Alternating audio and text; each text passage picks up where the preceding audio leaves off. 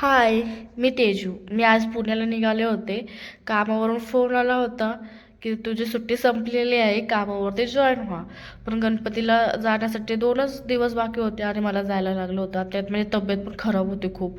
मग लगेच काय सांडपाड्याला आले आणि गाडी पकडली मस्तपैकी लगेच. आणि पहिलीच सीट भेटली, लगेच बसून घेतलं. कारण मला लय आवडतं फर्स्ट सीटमध्ये बसायला. आणि पुढे गेल्यावरती लोणावळ्याचा सीन बघा हा. खूप छान वाटतं, धुकं वगैरे मस्तपैकी आणि बारीकसं पडणारा पाऊस मस्तपैकी.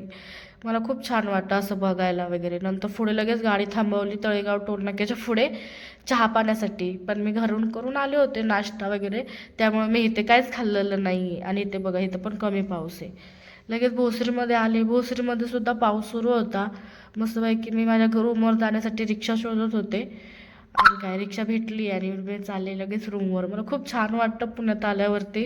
मुंबईला पण छान वाटतं, पण मुंबईला खूप गरम होतं. आणि हा माझा घराकडे जाण्याचा रस्ता आहे.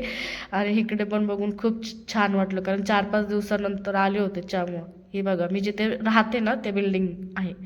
नंतर हॉस्पिटलमध्ये गेले आणि तब्येत बरी नसल्यामुळे हॉस्पिटलमधून आल्यावर झोपून गेले. आणि बघितलं तर काय 10 वाजले.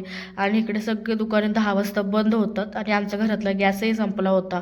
मग काय, एकमेव ठिकाणी असं की चायनीजचं ते 11 वाजेपर्यंत असतं. आम्ही आलो पटकन आणि व्हेज चायनीज घेतलं, नॉनव्हेज नाही खात. मग लगेच किराणा मालाच्या दुकानामध्ये आलो आणि मला ताक घ्यायचं होतं, ते पण घेतलं. मग घरी आले, जेवले वगैरे, थोडं रिलॅक्स झाले. आणि माझे खूप तब्येत खराब होते, त्याच्यामुळे मला खूप चिडचिड होत होती. पण चिडचिड बाजूला ठेवली आणि लक्षात आलं यार उद्या परत कामाला जायचं आहे, त्यामुळे रेडी. आणि माझा ब्लॉग आवडत असेल कमेंट, लाईक करा, शेअर करा. बाय.